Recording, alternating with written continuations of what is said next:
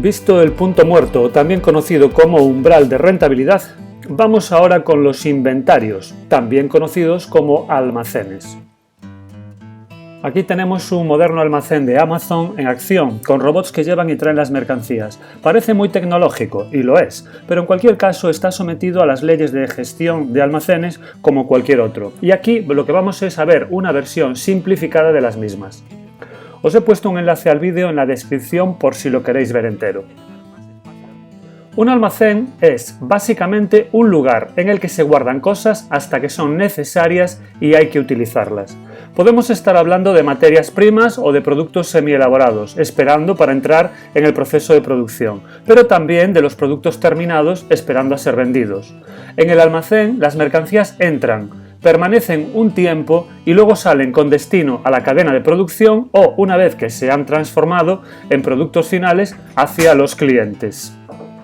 Uno de los modelos de gestión de almacenes más sencillos es el llamado método de Wilson, que descansa en una simple suposición: el consumo de lo que se guarda en el almacén es lineal, es decir, todos los días del año se necesita la misma cantidad de mercancía, bien para destinarla a la venta o bien con destino al proceso productivo. Este supuesto es bastante simplista, ya que hay actividades que son estacionales, por ejemplo, y entonces ya no se cumple. Pero como punto de partida es muy interesante por la sencillez que aporta a la solución de los problemas de gestión de almacenes. Hay una primera versión de este modelo que no tiene en cuenta la existencia de lo que se conoce como stock de seguridad, una cantidad de mercancía que siempre está en el almacén y por debajo de la cual este no se puede quedar. También suponemos que el aprovisionamiento es instantáneo, otro supuesto simplificador.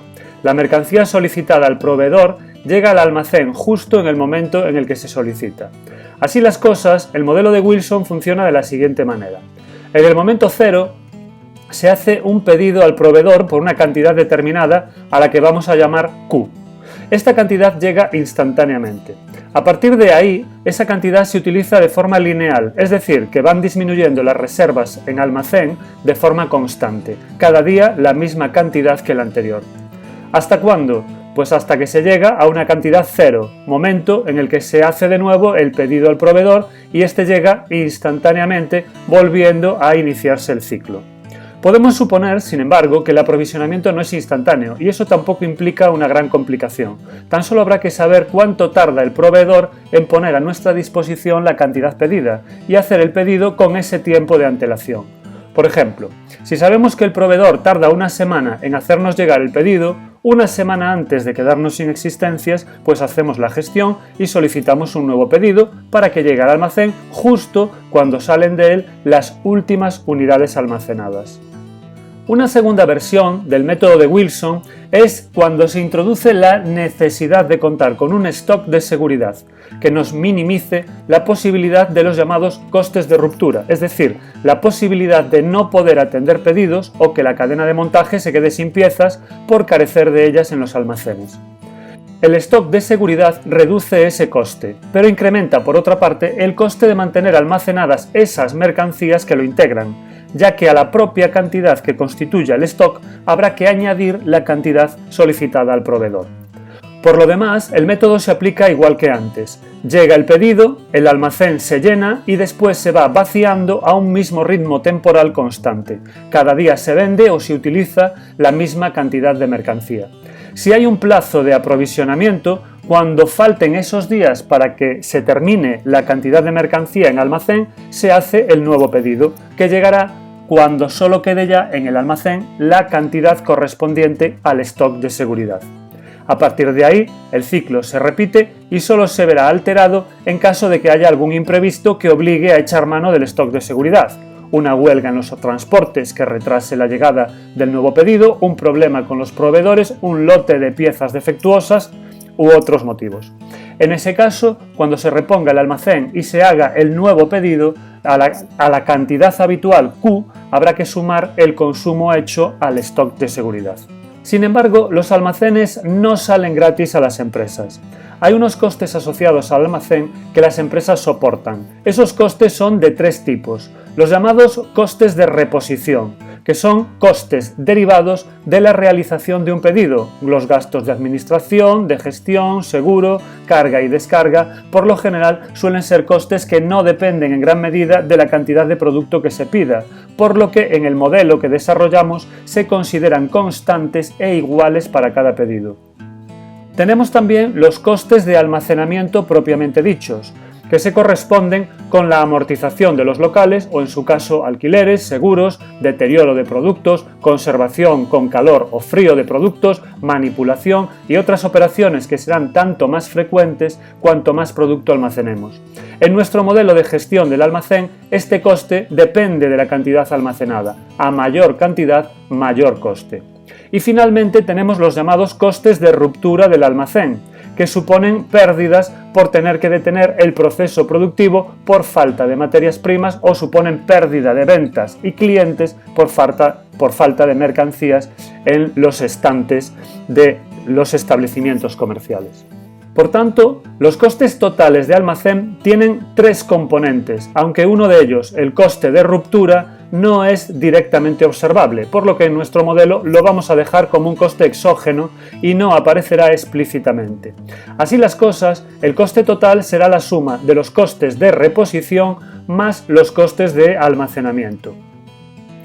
Los costes de reposición se pueden calcular como el coste de hacer un pedido, al que llamamos K, por el número de pedidos que se hacen anualmente.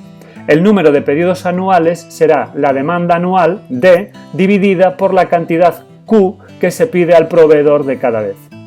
Los costes de almacenamiento, por su parte, se pueden calcular como el coste unitario de almacén, es decir, lo que nos cuesta tener una unidad de producto almacenada. A eso le vamos a llamar G, multiplicado por la cantidad media de producto que haya en el almacén.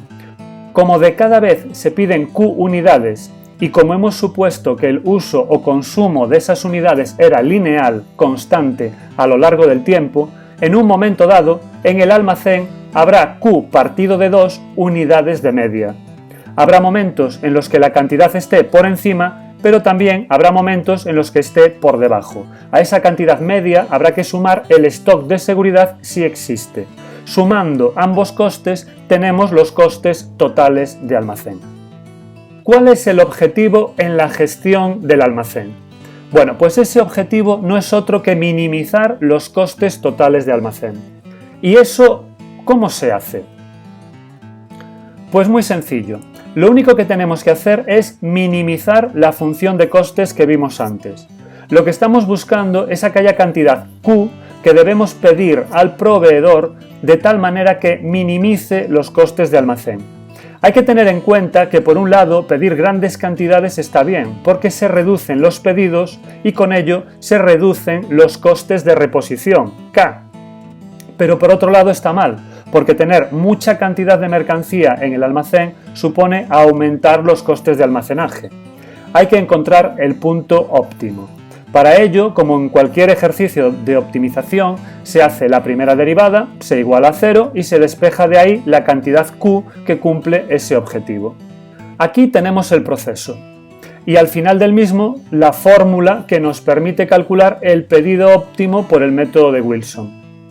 A ver, no es necesario aprenderse todo el proceso, pero un tipo listo como tú seguro que no tiene demasiado problema si se pone a ello.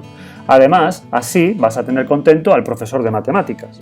Lo que sí es importante es saberse bien la fórmula del pedido óptimo, por el método de Wilson, porque de ella sí que vamos a hacer uso en los ejercicios. No sé, búscate por ejemplo una regla mnemotécnica para no olvidarla. Yo tengo la mía. Vamos a hacer un ejercicio de selectivo para comprobar que lo hemos comprendido. Aquí tenemos el enunciado. La empresa Pau S.A. distribuye anualmente 12.005 unidades de un producto que compra a un fabricante que le hace una serie de envíos a lo largo del año. Los costes fijos de cada pedido ascienden a 100 euros y los costes anuales de mantener una unidad de mercancía almacenada son de 2,5 euros. Suponiendo que no existe stock de seguridad, se pide calcular el volumen óptimo de pedido aplicando el método de Wilson. También hay que calcular los costes anuales de reposición de existencias y de almacenamiento. y finalmente comentar brevemente el significado de los resultados obtenidos. Bien, vamos con la solución. Primero ponemos los datos. Una cuestión a resolver que tiene su importancia en este tipo de problemas es identificar cada una de las variables que nos proporcionan, porque luego aplicar la fórmula del pedido óptimo es trivial. Así que, la empresa dice, el problema distribuye anualmente 12.005 unidades. Eso es la demanda anual que nosotros identificamos con la letra D. Los costes fijos de pedido nos dicen que son de 100 euros por pedido, nosotros a eso le llamamos K. Y el coste unitario de almacenamiento, al que llamamos G, es de 2,5 euros. Por lo tanto, si aplicamos la fórmula del pedido óptimo por el método de Wilson, que es esta, lo único que nos queda es que, sustituyendo por los datos, el pedido óptimo, Q, es igual a 980 unidades. Es decir, cada vez que la empresa pide mercancía al proveedor, le pide 980 unidades. Vamos con los costes. Nos piden el coste de reposición. Ponemos la fórmula y sustituimos. Tampoco tiene dificultad. Aquí tenemos la fórmula. Y si sustituimos, nos queda un coste total de 1.225 euros. Por su parte, el coste de almacenamiento es este. Y al sustituir nos da 1.225 euros. La misma cantidad. En cuanto al comentario, decir que la empresa debe pedir 980 unidades cada vez que hace un pedido para que los costes totales sean mínimos y que el mantenimiento de esas unidades en el almacén le supone unos costes anuales de 1.225 euros y le supone unos costes de realización de pedido de otros 1.225 euros. Y no nos olvidemos de, efectivamente, las unidades. Si no ponemos las unidades, en selectividad nos quitarán un 25% del valor del ejercicio. Así que con esto ya está listo. Estos problemas no son difíciles. Lo único es que tenemos que recordar las fórmulas correspondientes. Finalmente, comentar algo sobre un método denominado ABC. Este método se ideó para aquellos almacenes en los que hay mercancías de diferentes características, las llamadas mercancías tipo A, que suponen un número reducido de artículos del 5 al 20% de la cantidad total del almacén, pero con un elevado valor, del 60 al 80% del valor del almacén. También tenemos las mercancías tipo B, que suponen un porcentaje intermedio de artículos del 20 al 40%, con un valor medio del almacén del 30 al 40%, y las mercancías tipo C, que suponen un elevado número de artículos del 50 al 60% del almacén y con un valor muy reducido del 5 al 20%. Cuando sucede esto, la empresa debe poner especial cuidado en las mercancías tipo A, que a pesar de ser las menos numerosas, son las que acumulan un mayor valor. Otra cuestión relacionada con los almacenes, aunque va más allá de la mera gestión de los mismos, es el llamado método Just in Time. No se trata de un método de gestión de almacenes, sino que se trata más bien de un sistema integral para la empresa en el que la gestión de los almacenes tiene una importancia decisiva, porque para el Just in Time los almacenes deben reducirse a la mínima expresión e incluso desaparecer. El centro de su operativa es reducir al máximo los stocks y de esa manera pasa a primer término la llamada logística, es decir, la gestión del aprovisionamiento, que no es lo mismo que la gestión del almacén. De esa manera, la conexión con los proveedores y clientes debe ser total, facilitando al máximo la información para que cada cosa esté justo donde tiene que estar y en el momento preciso. Un ejemplo.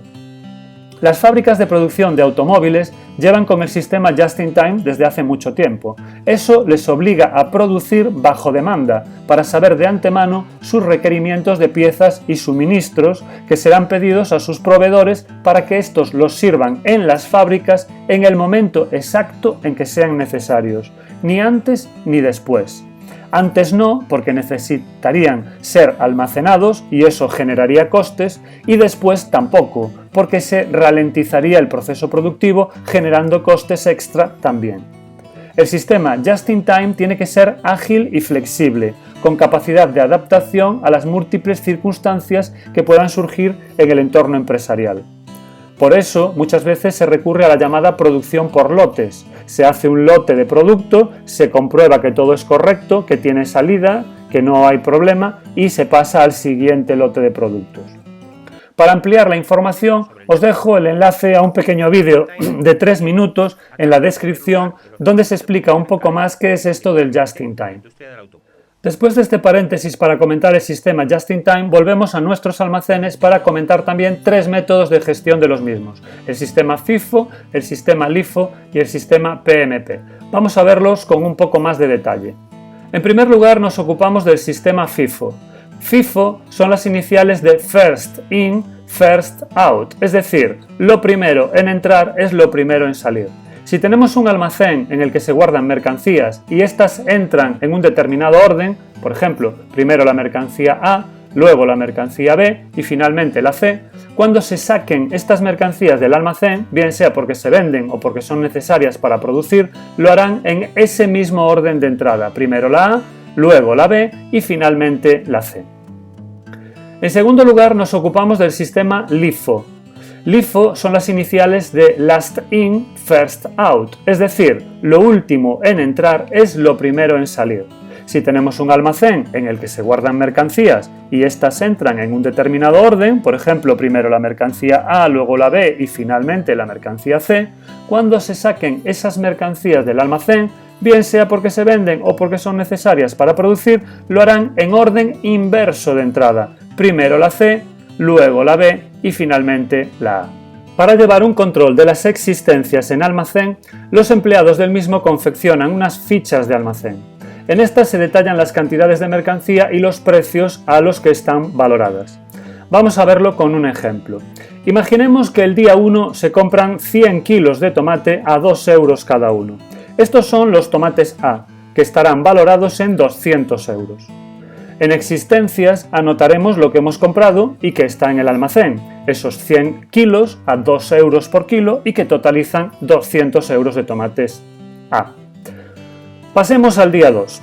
Ese día se vuelven a comprar tomates, pongamos que 200 kilos, el tomate B, pero esta vez a 2 euros con 50 céntimos, lo que nos da un total de 500 euros. Ahora, en el almacén, tendríamos un total de 300 kilos, pero valorados de diferente manera, 100 kilos a 2 euros y 200 kilos a 2,50, lo que nos da un valor del almacén de 700 euros repartidos entre los tomates A y los B. ¿Qué pasa el día 3 si nos dicen que se venden 50 kilos de tomate a 4 euros el kilo? ¿Serán tomates A o serán tomates B los que salgan del almacén? Pues bien, eso va a depender del método elegido. Si el método es FIFO, serán tomates A.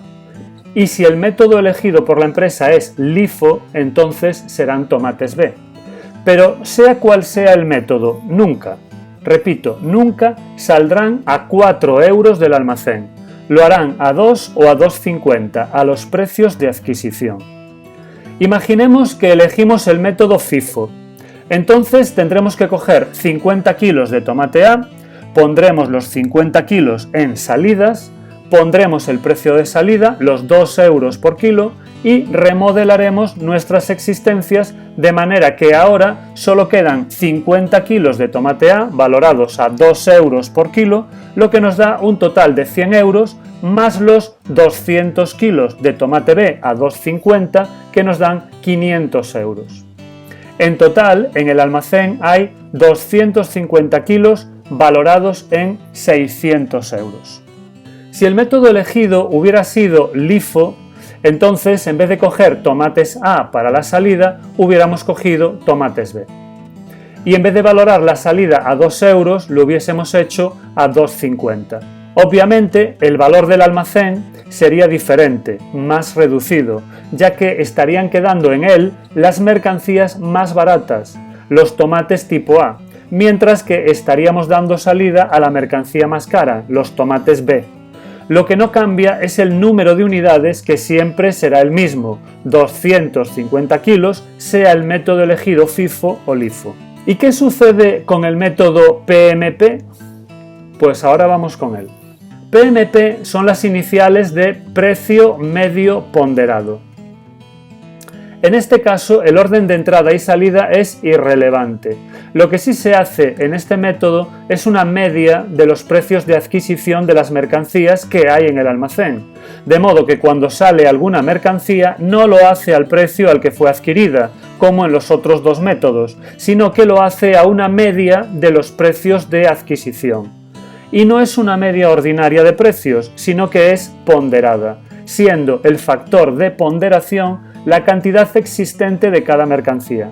Así tendrá más peso en esa media aquella mercancía que sea más numerosa y menos peso la que sea menos numerosa. Si repetimos el ejemplo anterior con este método, nos quedaría de la siguiente manera.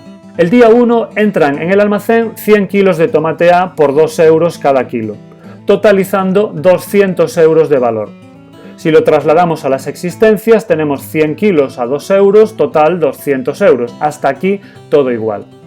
El día 2 se compran 200 kilos a 2,50 cada uno, total 500 euros.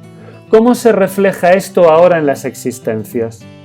En número de unidades consignamos las que hay en este momento en el almacén, las 100 de antes más las 200 de ahora, total 300 unidades. ¿A qué precio están valoradas? Si el método es PMP, no van a estar ni a 2 ni a 2,50. Estarán a la media, pero a la media ponderada. Estarán a 2 por 100 más 2,50 por 200 entre 300, que es el número total de unidades, lo que nos da un precio medio ponderado de 2,33 euros la unidad. El valor total del almacén, 700 euros. Cuando ahora, el día 3, se proceda a la venta de 50 kilos, saldrán de tomate A o tomate B. Pues ni del uno ni del otro. En este caso no se diferencian ya que están valorados al mismo precio, 2,33 euros. Valor del almacén ahora, 250 unidades a 2,33 euros, total 582 euros y medio. Y hasta aquí ya. Espero que este vídeo no haya sido demasiado pesado, que hayáis comprendido los principales conceptos y que os haya ayudado. Nos vemos en nada con lo último de este tema, los gráficos PERT y los diagramas de Gantt. Mientras tanto, no olvidéis repasar y hacer algunos ejercicios, porque estos también son problemas que suelen caer en los exámenes de ABAU. Gracias por vuestra atención y a seguir con mucho ánimo. ¡Hasta pronto!